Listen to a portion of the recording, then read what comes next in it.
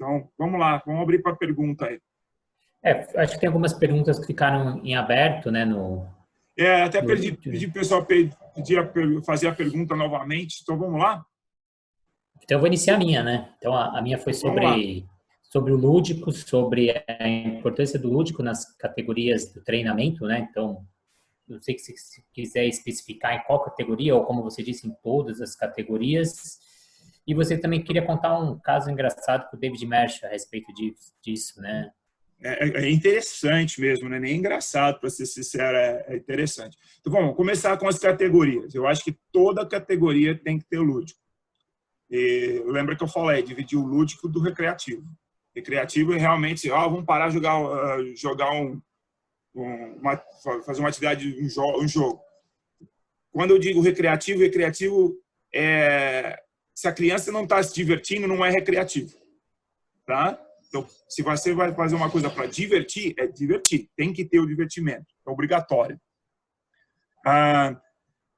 História do David Marsh. Quando eu comecei a acompanhar os treinos do profissional, eu cheguei em casa um dia e falei para minha esposa, eu não sei nem por que eu vou, porque não parece sério. Ela falou, como assim? Eu falei, tem muitas atividades que eles fazem que não faz sentido, parece que eles estão brincando na área, né? Não parece que conectado. Eu vou dar um exemplo bem extremo, tá? Teve um treinamento que o David Marsh fez várias sessões. Ele tirou as raias da piscina e no canto da piscina tinha virada.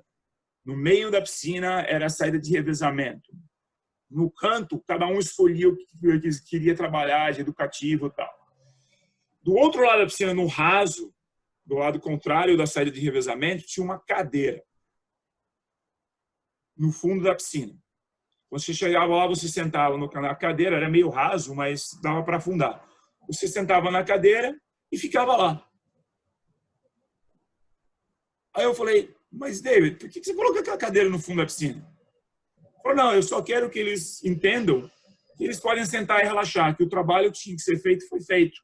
Divirta-se. Nesse mesmo treinamento, ele sumiu, voltou e falou pro Cooler Jones. Todo mundo conhece o Cooler Jones, né? Nadador negro, americano, super bom aí, nadador de Olimpíada, né? E o Cooler Jones, ele falou, olha, entra na piscina lá, faz uma chegada de revezamento para mim, eu vou mostrar para vocês como é que faz. Ele de roupa, tá? Ele de roupa. Aí o Cooler Jones chegou, ele mostrou como fazer o movimento e tal, mas não mergulhou. Volta de novo, explicou melhor como é ser feito, novamente fez o movimento. Na terceira vez, os profissionais e alguns nadadores de high school senior, né, que iam para o campeonato nacional, isso foi antes do campeonato nacional, o Cooler Jones bate a mão, ele faz o movimento e bum, de roupa e tudo na piscina. Ele falou, pô, você é maluco? Ele falou, não, mas eu fui no vestiário lá e troquei, tem outra troca aqui, pode ficar tranquilo. Mas o que eu quero exemplificar é que um treinador dos melhores treinadores do mundo, né? Põe uma cadeira no fundo da piscina e fala, senta, faz o que quer. Você vai falar, mas o que isso tem a ver com recreação? Se divertiu com a moçada, com profissionais com quase 30 anos de idade, se jogando na piscina, foi risada para tudo quanto é lado. Então, o lúdico não necessariamente tem que ser uma brincadeira, né? Mas também, como voltando lá no começo da história, né? As atividades que ele fazia eram bastante lúdicas. Eu aprendi com ele, acho que eu coloquei nos slides, né? A pernada de peito de ponta cabeça. Você faz uma parada de mão no fundo da piscina e faz a pernada. É lúdico. Mas o controle motor, o controle de core, né, que você tem que ter para fazer uma pernada bem feita, de ponta cabeça, é algo incrível.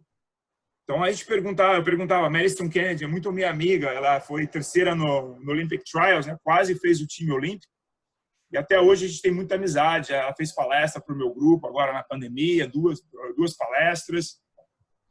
E eu perguntei na época para ela, assim, Madison, parece coisa muito fácil que vocês estão fazendo. Ela falou, Mari, você não faz ideia como é difícil. Você não faz ideia. E ela falou, eu não estaria nadando se não fosse pelo David. Porque a criatividade dele, o lúdico que ele coloca no treinamento, é algo que realmente deixa você fresh, né? Cara, tem tanta história nesse lado de lúdico, né? O Ryan Lott fazendo abraço com o pull boy no tornozelo, né? No pé, no tornozelo, e que muita gente até criaram um pull boy que fica no tornozelo, tira totalmente o objetivo do educativo, né? Você coloca o pull boy no tornozelo na vez na perna, né? E você nada. Isso faz que você tenha que ter muito mais controle de tronco, né? De core, né? E quando ele terminou isso aí, ele fez uma entrevista naquele dia para a NBC. E uma das coisas que ele falou para a NBC foi assim: eu estou me sentindo uma criança novamente. E o motivo que ele falou isso é que ele não conseguia manter aquele pull boy lá no tornozelo. Então ele começou a se sentir como uma criança, ex-grupo sumem novamente, como ele falou, né? E então ele sentiu tipo criança novamente. O que é isso? Estou me divertindo. E ele saiu de um programa super tradicional da Flórida para vir treinar com o David. E nadou muito bem na Olimpíada, apesar de não estar focado, a gente sabe disso, porque ele foi lá destruir um vestiário, né? Então, apesar da falta de foco dele, na minha opinião, ele nadou muito bem. E aprendeu muito com o David, né? Virou um outro nadador, na minha opinião.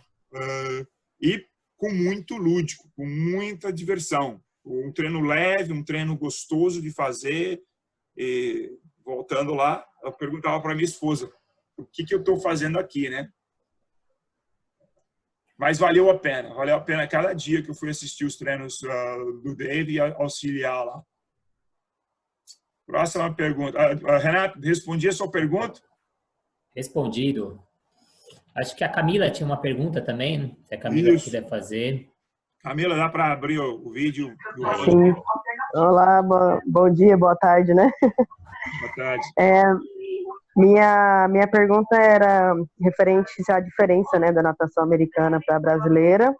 E se um dia, uma curiosidade mesmo, se a gente, como professor, quiser ingressar assim, na natação americana, o senhor tem uma dica, sugestão, algum preparo para a gente aí?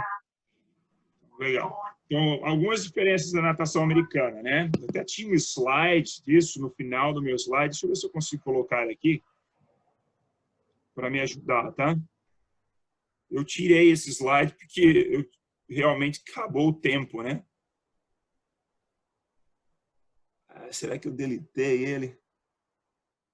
Não, tá aqui. Natação brasileira versus americana, tá? Vocês estão conseguindo enxergar aí, não? Sim. Então, vamos lá.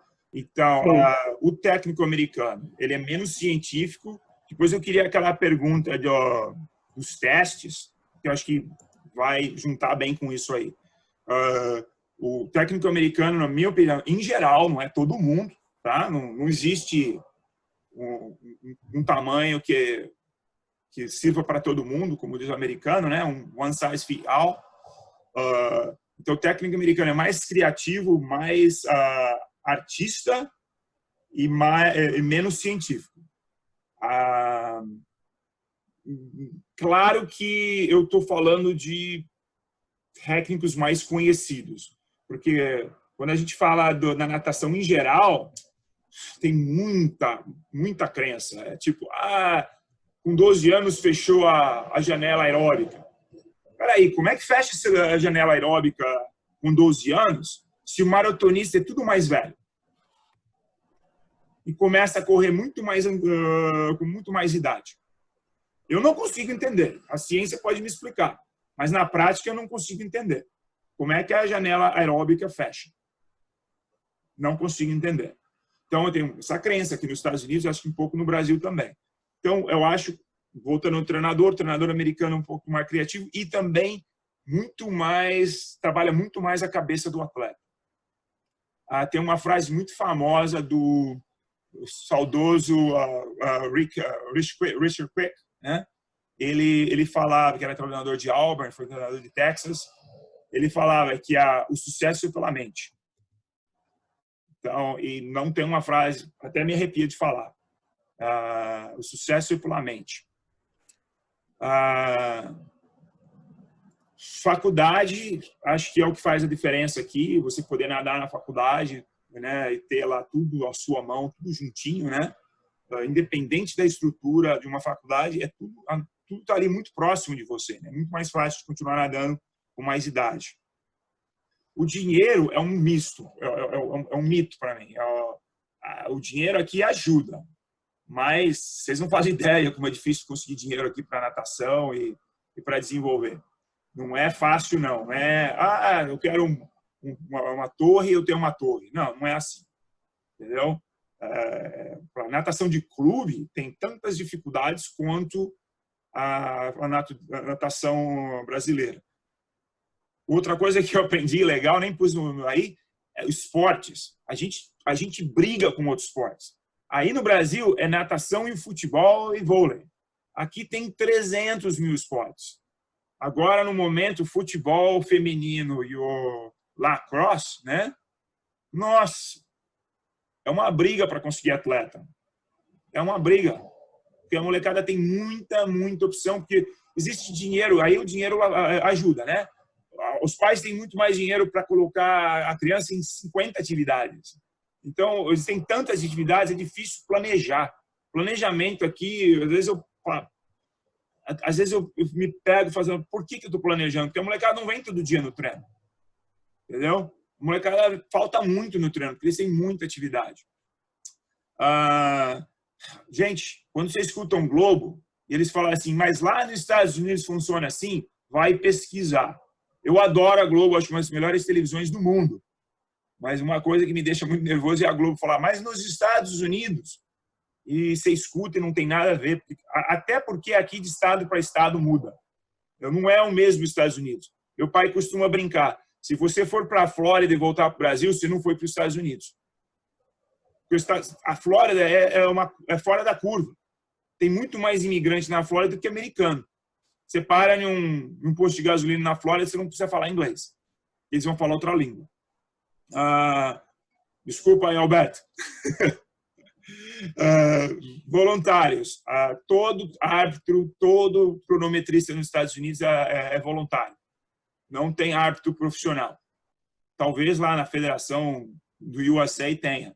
Se eu tiver falando alguma mentira e alguém que trabalha nos Estados Unidos, pode me corrigir. O sonho da universidade não é tão fácil. É complicado. No feminino, você tem muitas opções em faculdades mais elevadas e mais recreativas. Tem faculdade que a equipe é bastante recreativa. Não é porque faculdade que é bom. Então, se quiser vir para cá para a faculdade, cuidado. Respondendo a segunda parte da pergunta, para vir para cá é um processo complicado, porque você tem que ter, não é só um visto, né? Mas você tem que ter um aval do Ministério do Trabalho. Então, quem quiser um pouco mais de informação, eu ponho o meu contato aí no chat depois. Por favor, liga no meu WhatsApp, eu passo algumas outras dicas. Mas o mais importante, passo número 1, é você conseguir um emprego com alguém que esteja a fim de trabalhar no seu visto de trabalho. Sem isso, eu acho quase impossível. Agora, para quem tem PhD, né, tem doutorado, para quem tem experiência a nível internacional de Olimpíada, os vistos são mais fáceis de conseguir. Então, quanto maior o seu currículo, melhor, porque é o visto que eles falam de skill, né? Então, eles avaliam muito o quanto eles não conseguiriam alguém do mesmo nível aqui. Eu acho que tem alguém perguntou das torres, eu acho que eu tenho aqui um trabalho de torre, um vídeo, vou tentar passar. Eu tenho alguns videozinhos que eu separei aqui. Antes, eu vou abrir para a próxima pergunta, mas vou passar também, para mim, são 3 livros que todo mundo deveria ler. O primeiro é o do Daniel Cole. São 2 do Daniel Cole, o Talent Code e the Culture Code. Então, o código do talento e o código da cultura. E aqui nos Estados Unidos a gente tem não sei se no Brasil está igual, mas falar na cultura da equipe é alguma coisa meio clichê já, mas é importantíssimo, né? A cultura da equipe. Aí o outro livro se chama Legacy, que é uma história do Blackjacks da Austrália, que é considerada a equipe mais campeã da história. Então são esses 3 livros aí. Eu pus o link também lá do Swim Your Best para o pessoal.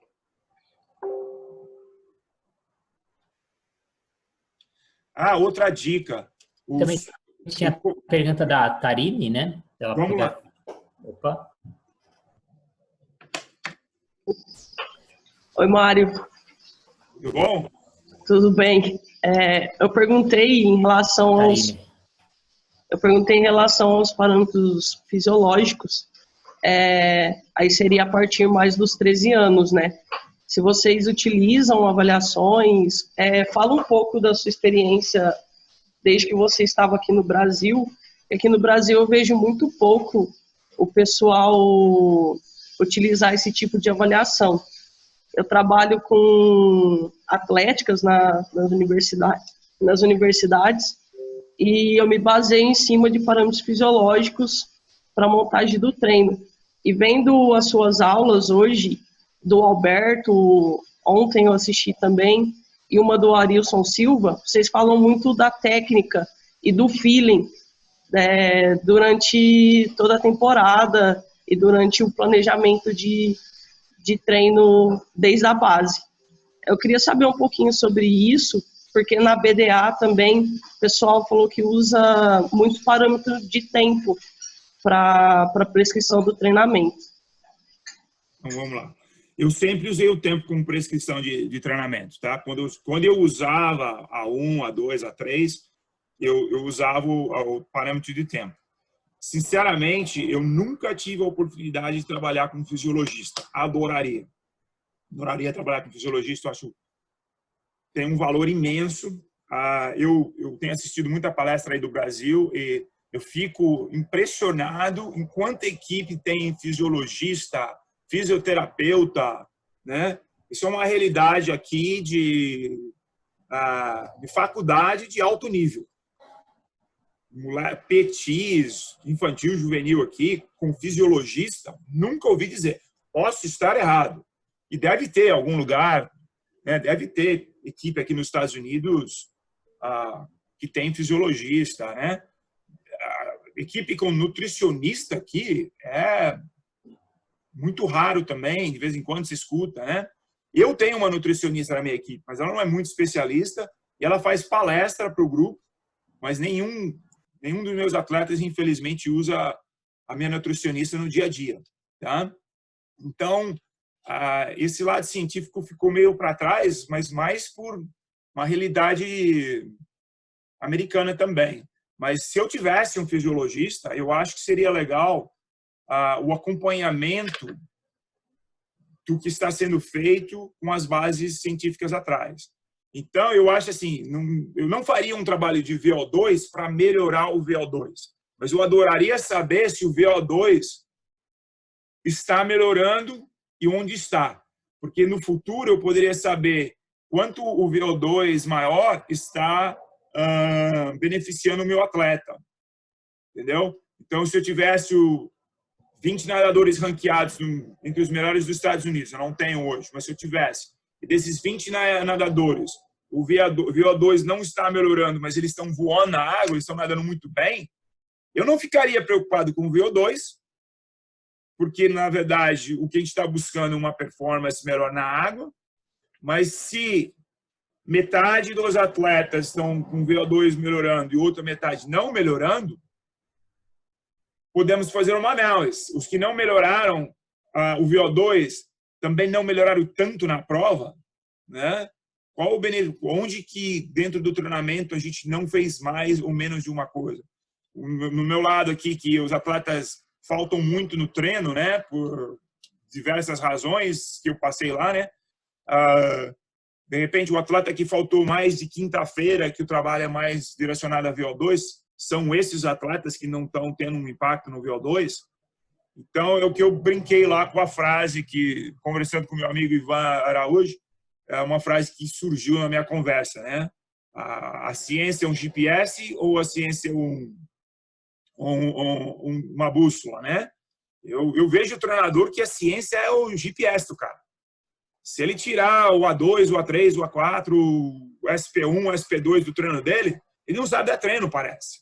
Na minha opinião. Pelo menos de fora, é essa a impressão que te dá, né? E vejo o treinador que não usa ciência nenhuma, é só arte. Aí acho que é complicado, né? Então, eu acho que os dois têm que caminhar junto, um ajudando o outro. Mas vamos lembrar que o treinador ele não está fazendo fisiologia, ele está fazendo natação competitiva. Então, o que adianta um VO2 máximo se você queria nadar 1 minuto de peito e você nadou 1,4? E você nadava antes 1,2. Você foi para trás, o VO2 está bem melhor, mas valeu a pena? Não, né? Eu acho que a gente tem que lembrar que os objetivos da natação competitiva é nadar melhor. E voltando na conversa aí, lá pequenininho, né? Muita gente fala, não gosto muito de trabalhar a velocidade com criança pequena. Pensa nas atividades que criança gosta de fazer quando pequena. Principalmente na nossa época, que a gente brincava na rua ainda. Pega-pega, mamãe da rua. O que é isso? É trabalho aeróbico? É pura velocidade, gente. É pura diversão. Por que a gente tem medo de deixar a criança competir 25, 50? É legal. 3 provas de 25 no fim de semana não vai trocar a capacidade da criança, não vai transformar essa criança. É claro que, em termos de treinamento, o aeróbico é super importante, mas o que ele compete, eu acho que não é tão perigoso assim, não. Eu acho até legal. Entendeu? Até legal. Aqui nos Estados Unidos, as provas de 50 são muito comuns, de 9, 10, 8 ou menos. 8 ou menos compete muito 25. E eu não vejo nadador americano perdendo as capacidades no futuro. A gente vê de tudo. Nadador que começou bom e termina bom, e nadador que começou muito bom e termina na média, né? Então, eu não acho que é o trabalho de velocidade que acaba com a criança. Eu acho que é o exagero. Se você comer batata todo dia, Tarine vai me dizer aí que é fisiologista. Vai ajudar? Não dá para comer batata todo dia, né? Não dá. Não dá para fazer velocidade todo dia também, né? É uma questão de balanço, né? De pôr na balança um pouquinho de cada coisa. Eu acho que é isso aí. Para o treinador que é jovem, né? Eu pus uma metodologia aqui com 30 anos de trabalho. Continuo estudando a ciência, continuo entendendo o que é um VO2, o que é um limiar aeróbico. E aí você vai aplicando isso para o seu treinador. Não joga fora a ciência. Não jogue fora a ciência. Ela é sua bússola aí, né? Respondi a pergunta, Tarine? Certo. Obrigado, viu? Eu partilho do mesmo pensamento também, mas é sempre bom ouvir experiências. Muito obrigado. Isso, imagina. Se alguém tiver mais alguma pergunta, se quiser levantar a mão aí. Opa, o Sandro tem uma pergunta lá. Pode abrir o microfone, Sandro. Olá, Sandro. Professor, tudo bom? Tudo bom. Cara, primeiro eu quero agradecer a oportunidade de estar ouvindo você aí, suas experiências, o seu trabalho. Muito bacana, principalmente para eu que sou novo no mercado mercado aquático, né? 4 anos de experiência. Então, acredito que é muito bom a gente sempre estar ouvindo as pessoas e agregando conhecimento. A pergunta que eu tenho é que eu também trabalho com, igual a colega falou, trabalho com equipe universitária, né? Esses campeonatos universitários que tem. E eu trabalho também pensando naquele negócio, na parte da ciência junto com o feeling do atleta, do técnico, assim, né? Eu costumo trabalhar com a percepção subjetiva de esforço. Eu coleto essa percepção pós-treino e coleto no outro dia a percepção de recuperação das pessoas, dos atletas, né? Para a gente ter um parâmetro mais ou menos de qual nível de cansado tá. Porque isso interfere o sono, a alimentação e outros aspectos, até a faculdade em si. Eu queria que você comentasse alguma coisa em relação a isso. Se é interessante. Eu acredito que para a categoria de base é mais difícil ele ter esse feeling de dar a percepção subjetiva de esforço certinha ou no outro dia uma percepção de recuperação. Por isso que eu perguntei do feedback. Sandro, gostei da sua pergunta, muito legal, muito pertinente. Lembra da tabela que eu fiz lá? Eu não sei se foi você que falou de falar um pouquinho mais da tabela. E a gente trabalha... Não fui eu, foi outra colega. Isso. Então, se me permite, eu vou juntar as duas coisas, né?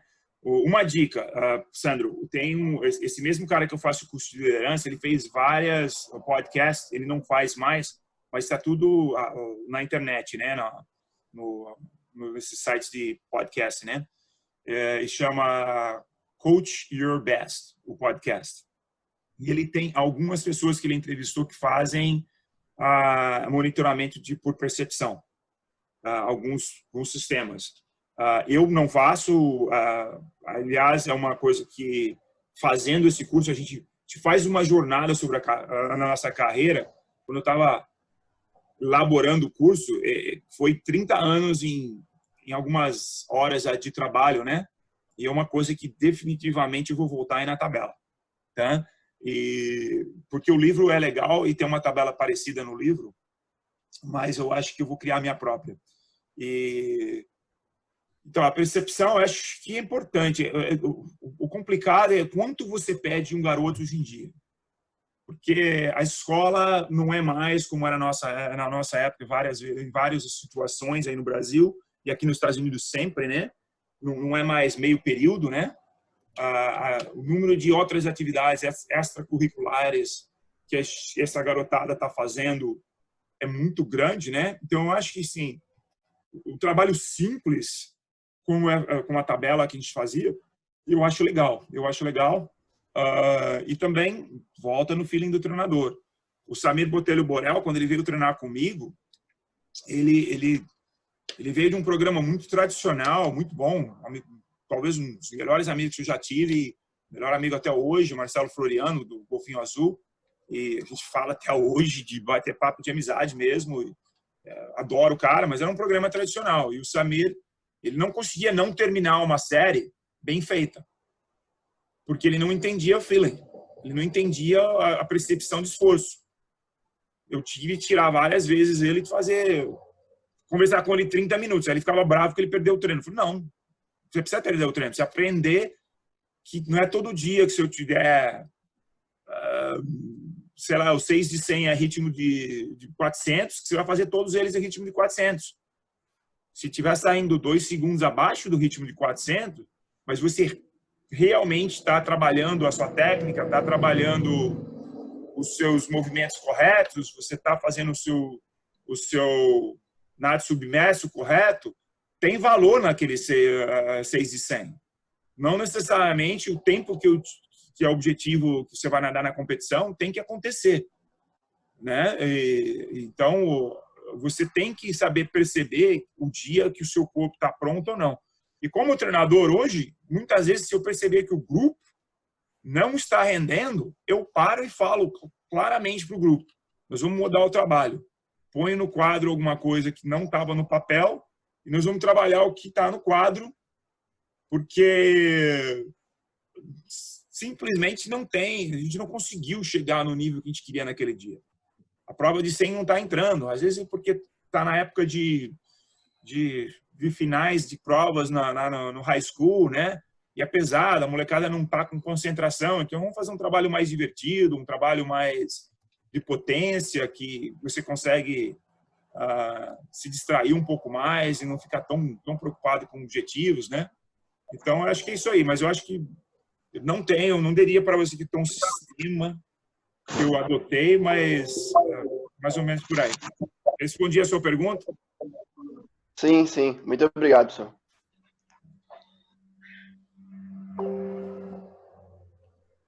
Quem mais tem pergunta? Fabiano Rezende tinha levantado a mão. Ainda quer fazer a pergunta, Fabiano? Bom dia, quero sim. Fala, Fabiano. Oi, bom dia, professor. Tudo bem? Primeiro, Tudo parabéns aí pela sua palestra. Agregou muito conhecimento a todos nós, acredito, tá? E eu queria saber que você falou que você não gosta de usar o educativo pegada dupla. E eu vejo aqui no Brasil, principalmente na iniciação, é um educativo muito usado, né? Eu gostaria de saber por que você não gosta de usar e se teria um outro para substituí-lo. Certo. Então, vamos lá. O Michael Brooks, que é um treinador de muito sucesso de age group aqui nos Estados Unidos, não é de faculdade, é um treinador que realmente faz o que a maioria de nós fazemos aqui. Ele fala que o educativo ele tem que ser natural, ele tem que ser o que você vai nadar. Eu acho que nesse sentido o pegada dupla ele não é muito natural, a gente não vai nadar de pegada dupla. Eu acho também um educativo muito fácil de criar vícios, principalmente o vício de parar a mão por completo na frente.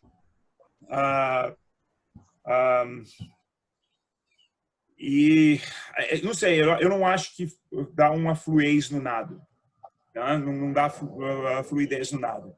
Eu acho que prende o atleta. Quando trabalhar esse educativo, eu acho que aquela criança tem muita dificuldade de coordenação motora, e ela talvez se beneficie, mas eu sempre falo para os meus professores, se você for usar só para dar um pouquinho de coordenação motora, doses muito pequenas que é para não viciar. Aliás, todo educativo, praticamente, muito raras exceções, quando muito usado, vai criar um traço aí incorreto. Então, se você fazer um educativo que por exemplo, porque o educativo é sempre um movimento exagerado, né? Na maioria dos casos, o educativo é um movimento exagerado de algo que você quer corrigir. Se você tiver um educativo de borboleta que uma mão bate na outra, porque o nadador está com o braço muito aberto, se você fizer por muito tempo, ele vai começar a bater a mão. E você quer que o nadador entre com as mãos juntas na frente da braçada? Não, né? Então, todo educativo muito exagerado é complicado. Uma alternativa para o pegada dupla, eu tenho um educativo que a gente chama de three-quarter catch, né? Então, na vez de você parar a mão na frente, não sei se dá para me ver aí, você para a mão atrás, em cima da cabeça, tá? Acima da cabeça. Aí você faz a pegada, depois transfere. E eu até ia fazer isso no curso, esse comentário no curso, não fiz por causa de questão de tempo. Os treinadores que vinham ver o David Marsh dar treino eram de todas as áreas dos Estados Unidos. Uma vez veio o treinador da Califórnia, do San José, que é uma equipe muito forte lá, e ele explicou esse movimento aqui, né, de three-quarter catch de uma forma diferente. Ele chamava de frame up, ou seja, faça seu quadro primeiro, né? Enquadre, né? Então, você olhar esse movimento aqui, não sei se dá para ver, é um movimento como se fosse carregando um quadro, né? Então, você encaixa aqui, aí você faz a transferência de energia junto, tá? Então, eu acho um educativo mais apropriado, porque conecta os dois lados do corpo, não fica desconectado. Um braço, outro braço. Um braço, outro braço. Aqui é conectado. Você para aqui, conecta, volta. Para aqui, conecta, volta. Espero que tenha feito sentido e tenha respondido a pergunta. Respondeu sim, professor. Obrigado aí, mais uma vez, parabéns, tá? Obrigado e estamos aí para dividir. Eu não sou dono da verdade, não é. Muitas vezes, quando a gente está conversando, parece que a gente é dono da verdade, mas não é o caso. A gente só fala com amor e faz, tá? Não sou dono da verdade, não. Tem milhões de jeitos de fazer o mesmo trabalho.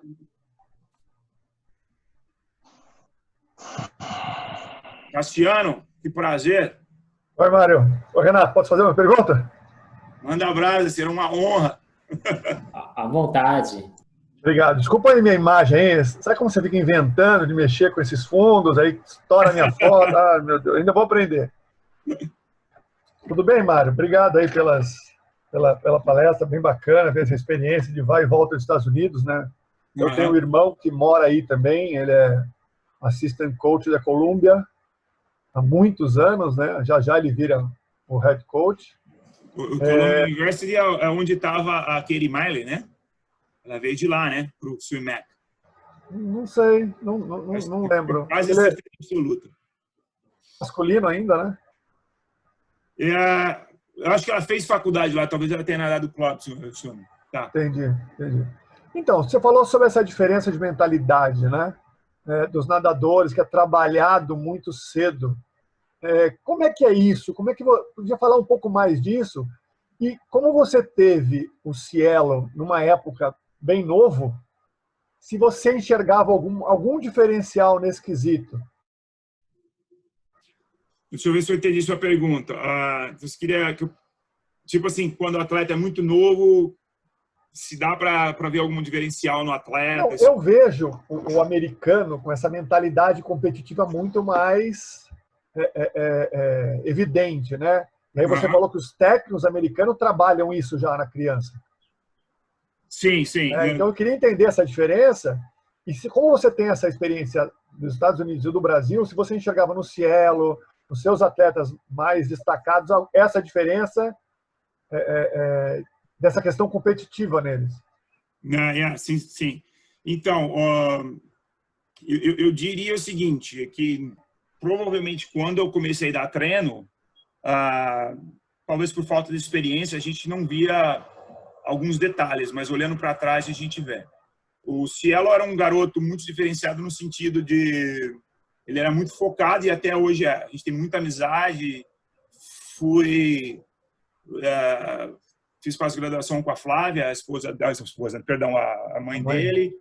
Então a gente até hoje muito ligado. A gente conversa no telefone agora na pandemia, conversamos acho que uma média de 2, 3 vezes por semana. Também fez palestra para minha equipe e ele me ligava muitas vezes lá de Auburn, né? Meio chateado com alguma coisa ou meio preocupado. Eu vou contar uma história para responder um pouquinho a tua pergunta. Uma vez ele me ligou e falou: cara, o Richard Quick tá falando que eu vou nadar 46 de 100 livre. Ele é maluco, mano. Ele é completamente maluco. Ele não sabe o que ele tá falando. Eu nem nadei 47, o que ele tá falando de 46? Falei: César, calma. Porque eu não falava de técnica com ele quando a gente conversava, porque não me acho no direito, não sou o treinador dele, né? Então eu tentava colocar coisa na perspectiva americana para ele. César, o treinador americano, ele planta sonho na cabeça de todo mundo. No Brasil, a gente é meio proibido disso, né? Tipo assim, como é que você vai fazer um moleque sonhar com Olimpíada e depois se ele não nadar uma Olimpíada? Você decepcionou ele, né? Eles não estão preocupados com isso, eles vão plantar o sonho em você. Tá? Então, eu falei para ele está plantando um sonho em você. Só que com a sua cabeça de brasileiro, não vai colar. Não vai colar, mas o que ele quer fazer com você é começar a fazer você sonhar mais alto do que você está sonhando. O Richard Quick está lá em cima nos olhando. Ele deve estar dando risada, né? Porque ele foi o primeiro nadador e o único a nadar 46. Aliás, 3 semanas atrás a gente teve essa conversa, eu e o Cezão. Ele falou: tá vendo como o cara era maluco? Eu falei: não, tá vendo como o cara não era maluco? Você nadou 46. Né? E foi uma conversa interessante esses dias atrás aí, que ele continuava achando que o cara era maluco. Eu falei: não, agora eu acho que o cara não era maluco. Entendeu? Então, acho que, não sei se responde então a tua pergunta aí da mentalidade do treinador americano. E eu acho assim, o André Schultz, aquele moleque não perdeu, que eu lembre, posso estar errado, dos 8, 7 anos que eu dei treino para ele até os 10, eu não vi aquele moleque perder uma prova. Toda a prova que ele nadou, ele ganhou.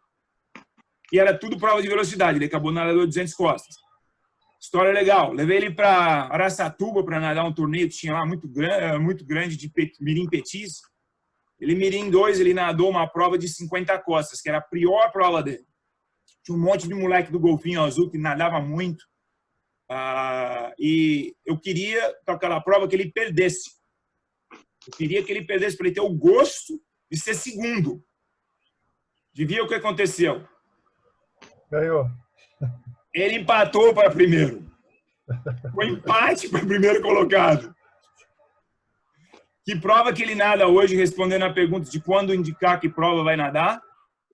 Que prova que foi a melhor do André Schultz, que ele quase fez a seleção olímpica? 200 costas. Né? Certo? Era o pior estilo do André quando ele era pequenininho. Tá aí a resposta. Quando é que você define? Não define, né? Não define. Por isso que eu gosto do esquema americano de nadar várias provas. Se você vê o esquema lá, a gente treina para tudo quanto é prova. Todo meu nadador nada 1.500? Não. Mas eu estimulo a nadar. Eu tenho uma menina que está ranqueada aqui em Connecticut e nos Estados Unidos também, no 1.500, né? Entre as 25 melhores. E em Connecticut ela é ranqueada entre primeiro a terceiro no 1.500. Isso em jada, tá? Mas eu vou falar em metros. 1.500 no 1.000, no 200 costas, no 100 costas, no 100 borboleta, no 400 medley. Tudo um pouco. Quando ela estiver indo para a faculdade, ela vai ter escolha. O irmão dela foi o mesmo caminho. O irmão dela nadou 21 provas em 4 dias. E fez final. Ele nadou 21 provas porque ele fez final em todas as provas. Detalhe, algumas provas nesses 4 dias foram em Boston e outras em Stanford, quase na divisa de Nova York. Quase 2 horas de viagem. Ele saía de uma competição para nadar a outra, porque ele não queria perder nenhuma nem outra. Eu acho uma loucura. Mas o pai e a criança queria fazer. Eu vou falar não? Falei, faça. Nadou pra caramba. Num dos torneios ele ganhou tudo quanto é prova. Nadou todas as provas que ele nadou, ele ganhou. Eram 3 provas lá. Só que era de final direta, né? E outra preliminar de manhã, final à noite. À tarde ele ia para Boston e nadava as provas dele lá. 21 vezes ele nadou. Quase o sistema do Michael Phelps, com 18 provas aí. Valeu, Mário. Obrigado aí. Grande abraço aí. É isso, imagina. Um abraço. Cara, eu gosto de contar história, então... Acho que tem o Sandro que está com a mão levantada. Não sei se o Sandro quer fazer também mais uma pergunta. Não, já fiz. É que ficou com a mão levantada mesmo. Obrigado. Tirei. Pessoal, nesse slide que eu estou fazendo aqui tem escrito casamento. É porque eu casei na piscina do Barbarense. Um dia depois do baile do Havaí, a minha esposa passou pela ponte que eles construíram, me virou do outro lado. 26 anos de casamento esse ano aqui. Então, por isso que eu coloquei aí. Se alguém prestou atenção, casamento significa que eu até casei na piscina lá. A molecada deu R$5 cada um para entrar no casamento, porque não tinha como pagar uma festa para 300 nadadores. Outra história legal aí. Tinha uma pergunta a respeito da tabela. Alguém quer fazer alguma pergunta?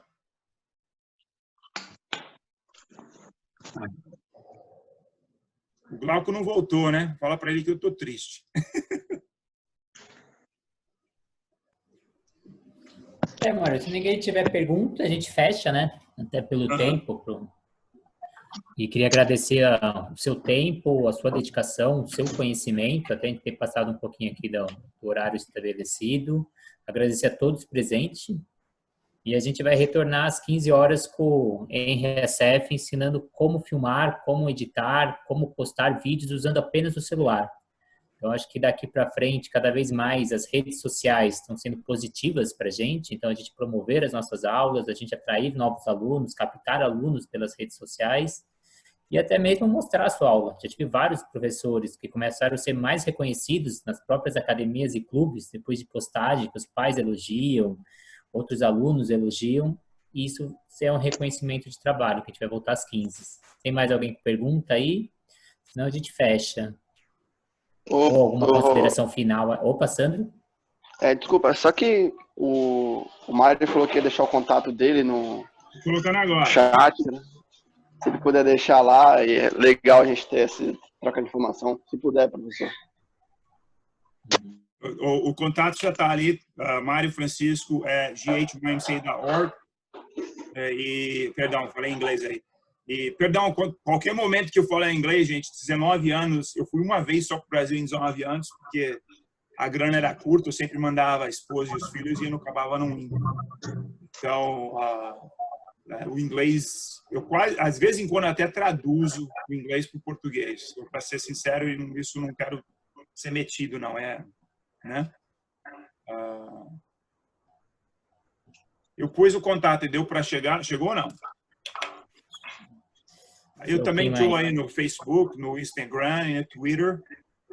O Twitter eu não uso muito, mas o Instagram é Mário YMCA, se não me engano, Mário Sobrinho YMCA. Isso aí. Gente, por um segundo aqui sumiu. Henrique Asset, você que vai falar professor, você que vai falar dos vídeos? O NRSF, ele não, acho que ele não está aqui. Legal. Tudo bem. Eu tenho feito um trabalho de vídeo com um pai voluntário que ela é formada em comunicação. Se bobear, eu mando para você, Renato. E é um trabalho que eu achei legal e é feito só com o celular também. Eu gostaria até da opinião dele aí para o que a gente pode melhorar, o que ele achou. Tá, a gente faz o contato. Ele também é formado em comunicações, não é da área da natação. Isso. Muito legal, vou estar por lá. Mais alguma pergunta? A Patrícia, que entrou agora no finalzinho de novo, ela saiu e entrou. Se não tiver mais perguntas, a gente vai fechar. Não, porque caiu aqui minha internet voltada. Depois a questão da torre, né? Os líderes tá lá no grupo, é isso? E queria que ele coloque os nomes dos livros com os autores. Eu sei que o primeiro eu peguei, o Legacy não peguei. Eu agradeço para a palestra, professor. Obrigada. Beleza, então, pessoal. Eu tinha preparado alguns vídeos aqui, alguns treininhos para mostrar, mas quem tiver interesse, dá um toque aí. Eu até posso fazer um zoom aí, a gente mostra alguns vídeos, tá? Para não ficar puxando muito, porque acho que a gente já está 30 minutos acima do tempo. Não, então, quem tiver interesse, é só pegar o meu contato e a gente estava fazendo um encontrozinho, mas tem tanto encontro que eu resolvi parar o meu. Mas seria um prazer aí bater papo de natação, que eu adoro. Obrigado a todo mundo pela atenção. Vou me despedir aqui. Alberto, um beijo no coração. Renato, um beijo no coração. Obrigado pela oportunidade.